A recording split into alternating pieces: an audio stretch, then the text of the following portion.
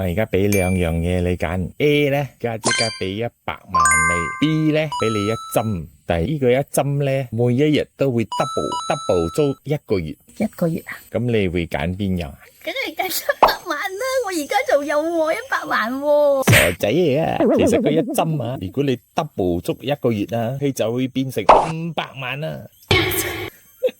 係咪估佢唔到咧？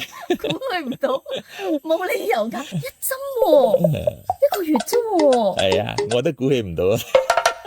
呢個咧就係福利利達利嘅威力啦。Warren Buffett 巴菲特都話呢個係世界第8奇蹟。哇，福利真係咩 ？Compounding effect， 即係好似你有10千蚊，你每年有7%return。10年之後10千就變20千啦 ，double，即係20年之後你20千就會變40千，30年10千蚊變咗80千。咁頭先嗰隻一針，佢每日 double， 呢個7%一年一針一日之後就會變2針、4針、8針、16針、32針，係咪計咗10幾日都仲係針針聲咁啊？點解1個月之後，哇，係好難想象嘅 ，the power of compounding。我俾你睇個 list，呢個就係問 AI 嘅。第一日你有1針，第5日你有16針，20日之後你有5000，25日之後你有167千，30日之後你就有5 million 啊！係咪好犀利喎！你睇25到30下5日啫喎 ，from 167千去到5.368 million。compounding 意思即係咩咧？即係初嗰陣時起步好似好慢咁樣，無端端一